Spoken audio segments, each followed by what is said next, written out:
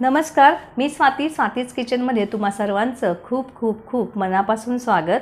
आज आपण डाळ तांदूळ न भिजवता झटपट रवा डोसा कसा बनवायचा ते बघणार आहोत। मस्त क्रिस्पी आणि टेस्टी असा हा बनवून तयार होतो। चला तर मग लगेचच सुरुवात करूयात। आजची रेसिपी रवा डोसा।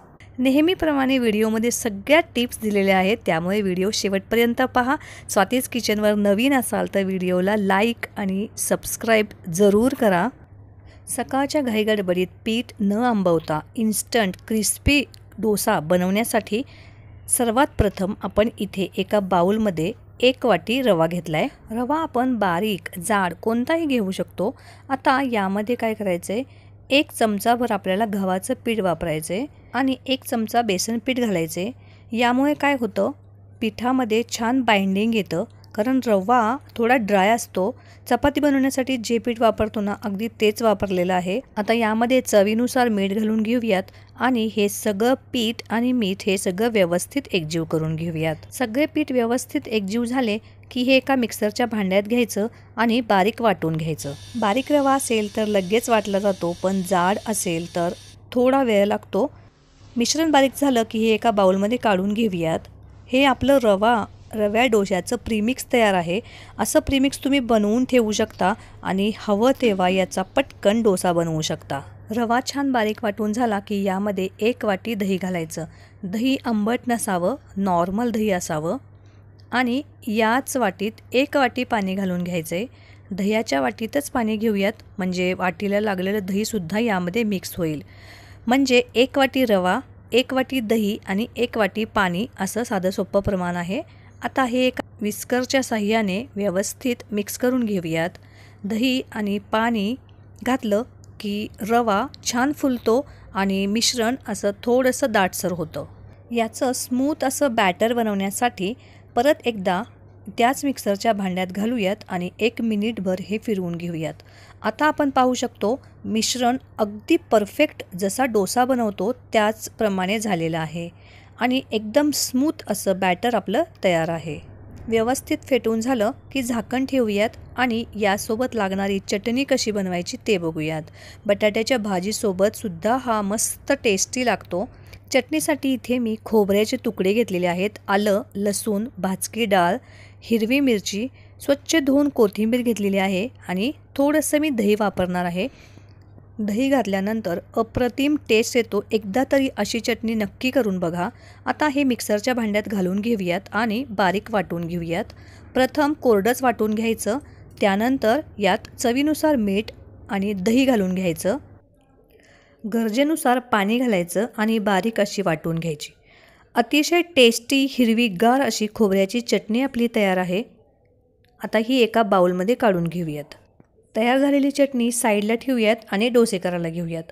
डोशाचं बॅटरसुद्धा आपलं छान भिजलेलं आहे। आता यामध्ये काय करायचं, 1 चमचा पिठी साखर घालून घ्यायची।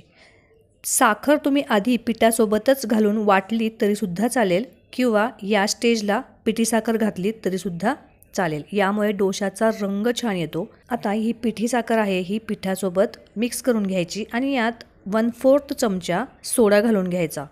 खायचा सोडा घातल्यानंतर एकाच दिशेने आपल्याला हे बॅटर 1 ते 2 मिनिट छान फेटून घ्यायचे।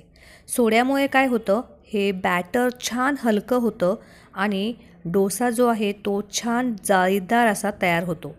मस्त स्मूथ फ्लफी असं आपलं डोशाचं बॅटर तयार आहे। याचा डोसा बनवायला घेऊयात। त्यासाठी डोशाचा तवा ठेवलाय, गॅस फुल करायचा आणि हा तवा गरम करून घ्यायचा। तवा गरम झाला की गॅस परत मीडियम करायचा आणि यावर पाणी शिंपडून घ्यायचं, म्हणजे तवा जास्त गरम झाला असेल तर त्याचं टेम्परेचर मेंटेन होतं।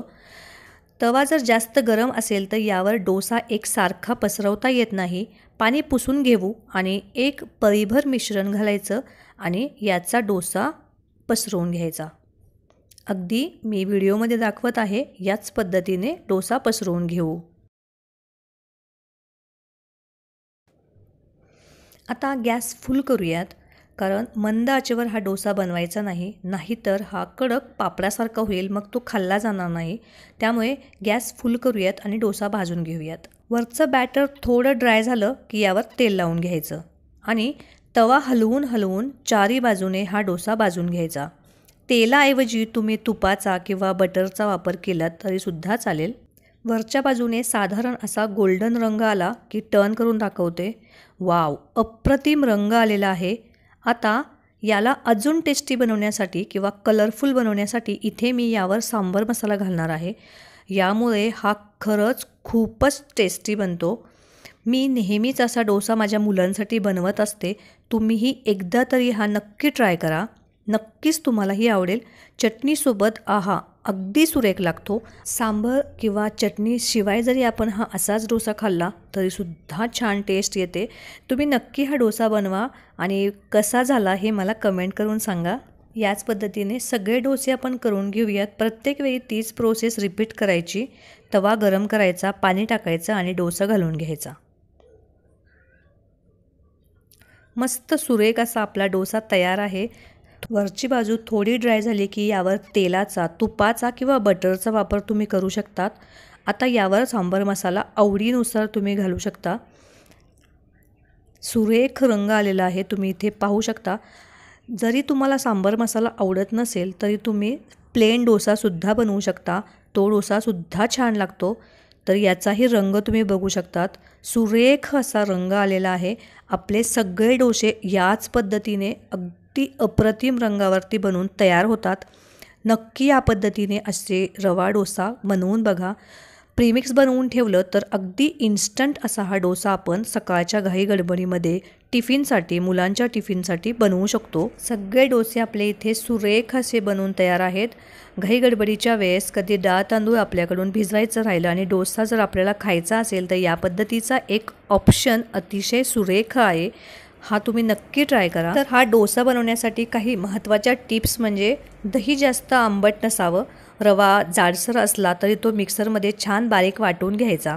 डोसा बनवताना तव्याचं टेम्परेचर जास्त गरम नसावं, त्यावर पाणी शिंपडायचं, नाहीतर डोसा कसा बनतो हे तुम्ही बघू शकतात।